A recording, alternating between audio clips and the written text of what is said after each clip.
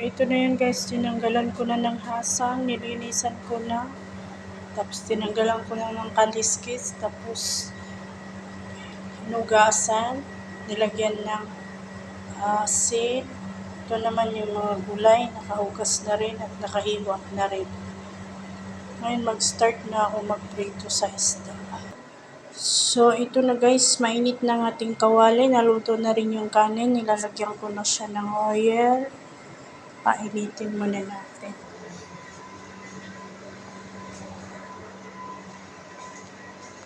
Tayo dito ng sandok pang prito.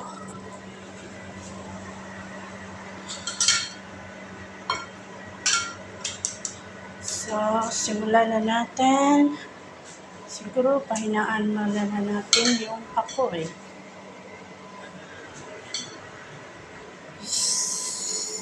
Wait lang.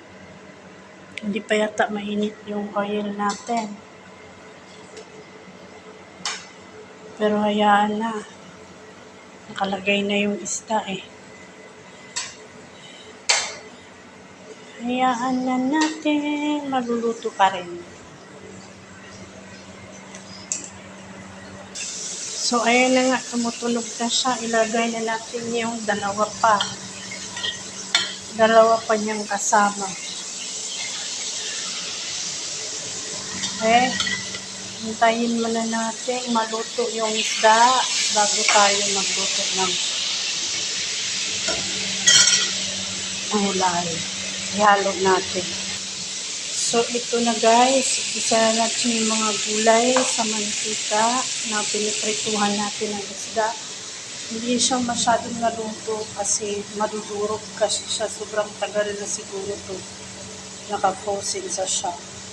Kaya hindi ko na siya masyadong niluto.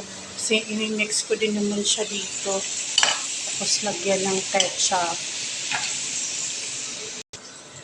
So, ayan, hinaluan ko siya ng paminta, asin, tomato ketchup, at saka itong nori cubes para pampalasa. Saka natin nahalin ng maigi para marinam na.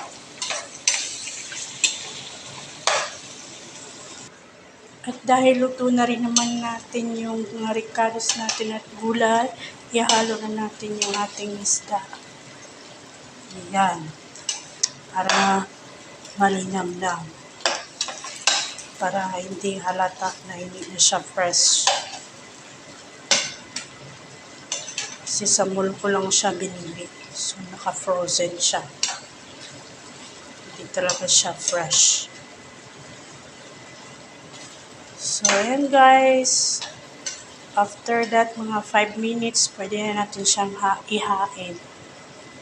So, that's all for today's video. Bye!